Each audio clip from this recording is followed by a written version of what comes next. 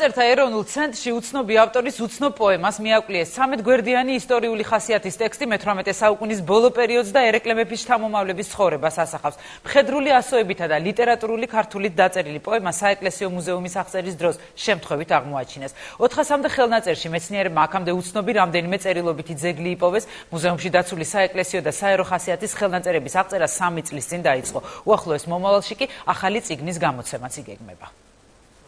ლოუმან მოყმემან შვენ ალვის ხემან თქვა ვისახელებ ელეკლეს მზემან ლექსად თქმული ერეკლე მეორის შთამომავლების ამბავი რამდენიმე ეპიზოდისგან შედგება.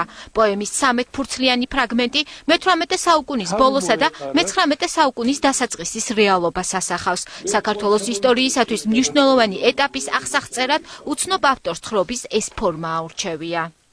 შესანიშნავი მე-18 საუკუნის ქართული ენა. მხედრული შესანიშნავი მხედრულით არის დაწერილი და გაფორმებული ისია როგორც პოემები იწერებოდა ჩვენთან, რომ ყოველი სტროფის პირველი სიტყვა აუცილებლად უნდა ყოფილიყო სიგური წითლა და ეს უნდა იყოს გამორჩეული მასნამე ძეგლი აი ამ პოეტური ნიმუშით გაფორმებული.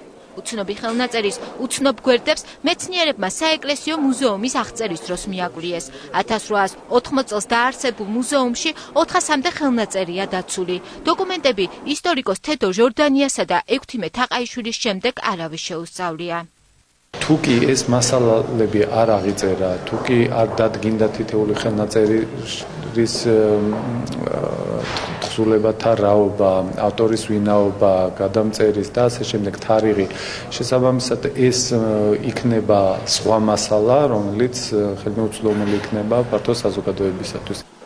საცავებში დაცული ხელნაწერების შესწავლა მეცნიერებმა კიდევ ერთხელ 3 წლის წინ დაიწყეს. ახალი პროექტის დაწყება და მნიშვნელოვანი საეკლესიო და საერო დოკუმენტების აღწერას ხელნაწერთა ეროვნული ცენტრი რუსთაველის ფონდის ხელშეწყობით ახორციელებს.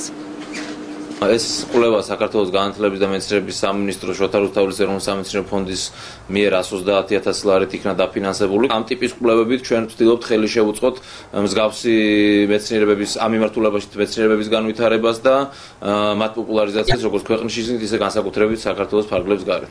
მეცნიერები ახალი წიგნის შექმნასაც მუშაობენ. საეკლესიო მუზეუმის ხელნაწერების აღწერილობის გამოცემა ერთკრებულად უახლოეს მომავალში იგეგმება. დოკუმენტი ევროზონის გადასარჩენად. ლევან, რა გამოსავალი